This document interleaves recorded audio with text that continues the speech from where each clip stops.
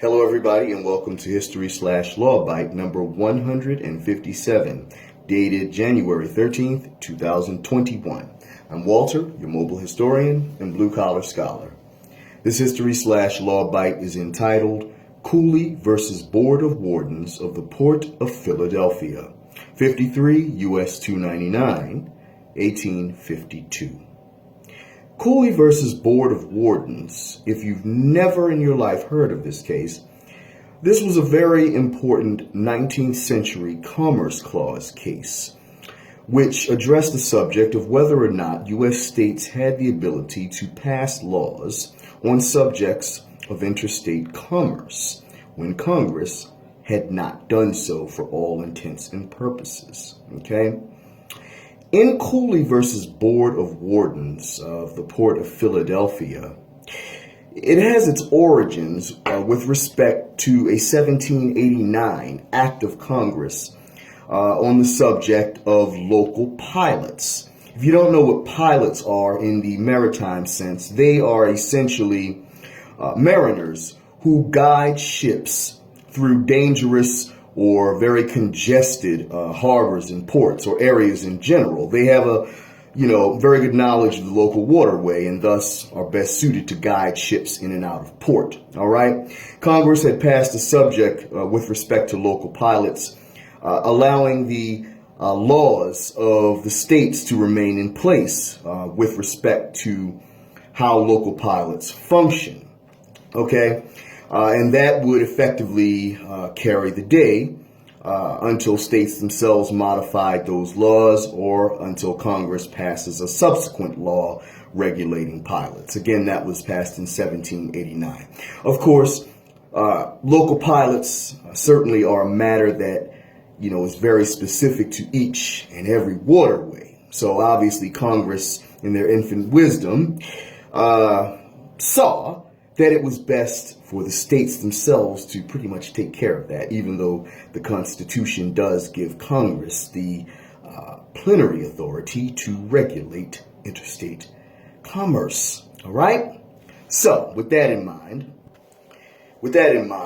in this case, okay, the Commonwealth of Pennsylvania enacted a law in 1803 requiring ships coming into the Port of Philadelphia and leaving the Port of Philadelphia to hire a local pilot to guide them in or out. Okay? This was mandatory, and those who did not comply would be hit with a fine. All right? The Port of Philadelphia was and remains one of the largest ports in the United States of America, and thus, in the wisdom of the Pennsylvania legislature, it was nothing short of common sense that ships going into one of America's largest ports and leaving out of one of America's largest ports have the guidance of a local pilot to prevent any potential shipping accidents and the like. All right? So, Mr. Cooley, however, had an issue with this and refused to pay the fine after he refused to obtain a local pilot to guide his ship into Philadelphia. All right? So, needless to say, Pennsylvania was not pleased, okay? And neither was the Board of Wardens. All right? So, the Board of Wardens initiated suit against Mr. Cooley, all right? Demanding that he pay the fine, that the Pennsylvania law was perfectly legitimate in requiring that a local pilot be hired, that Pennsylvania had the authority to enact such a law regulating its largest harbor, all right, the Port of Philadelphia, all right? Cooley, however, asserted, Pennsylvania, no, you don't, all right? Only Congress has the power to pass laws regulating interstate commerce, all right? And essentially, piloting and navigation is a part of interstate commerce, and thus Pennsylvania, you don't have the right to enact this law. You have no right to hit me with a fine. All of this is unconstitutional. All right. So these are the arguments Mr. Cooley is putting forth for the Pennsylvania courts, and the Pennsylvania courts, one after another, said, Cooley, request denied. So Cooley essentially loses in both the trial court and in the Supreme Court of Pennsylvania. All right. And the matter was granted a writ of certiorari to the Supreme Court of the United States, hence why the matter is listed as Cooley versus Board of Wardens. All right.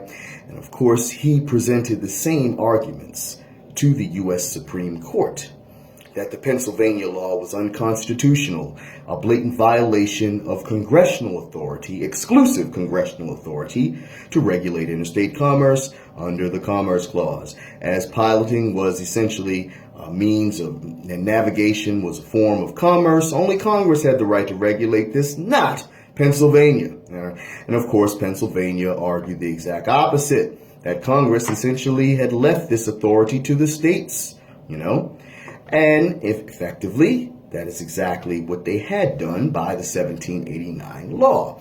And at the time this case was filed in the Supreme Court, Congress had passed no updated statute with respect to local pilots. So the Supreme Court of the United States, in a 7-2 decision, ruled that Pennsylvania's law was constitutional. In a 7-2 decision by Justice Benjamin Curtis, the Supreme Court of the United States held that congressional power to regulate under the Commerce Clause in Article 1, Section 8 of the Constitution was not so exclusive that it could not delegate to the states certain areas to regulate. All right.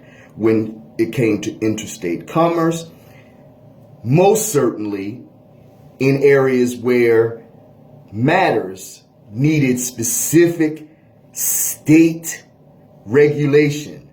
And by that I mean conditions were so local that it would only make sense for the state itself to regulate it. It made no sense to have a broad national law on that subject. All right?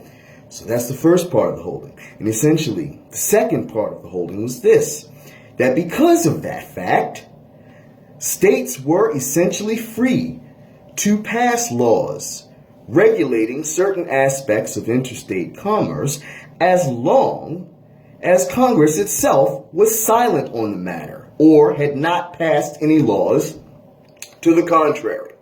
All right? So that was the holding of the Supreme Court. All right? And therefore, the disposition of the case, the court affirmed the judgment and holding of the Supreme Court of Pennsylvania in ruling against Cooley.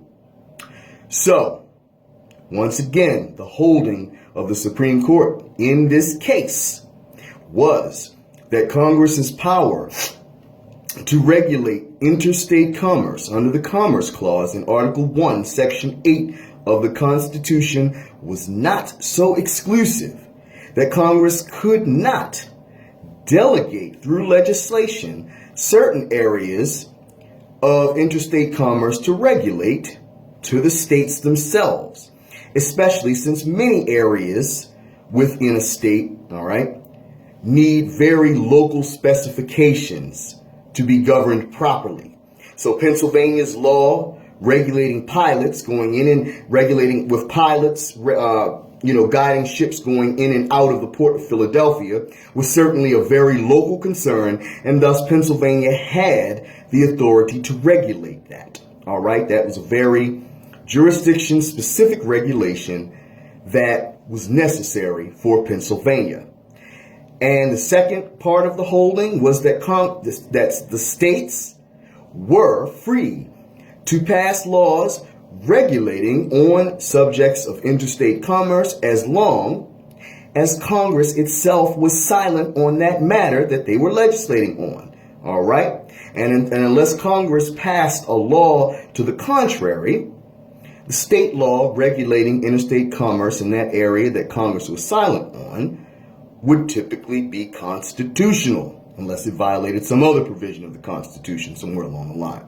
But if it was specifically focused on interstate commerce, the state could pass that law regulating an aspect or two of interstate commerce as long as Congress itself was silent on the matter and had passed no law to the contrary. All right, remember, Congress's original 1789 law with respect to local pilots essentially left the matter up to the states. So while Congress had passed a law on this subject, the law that was passed essentially delegated the authority to the states to regulate this particular aspect of interstate commerce, which is why the Supreme Court upheld it as constitutional. Two dissenters in this case, Justices McLean and Wayne, felt otherwise, that Congress's power to regulate interstate commerce was exclusive and plenary and could not be exercised by the states at all.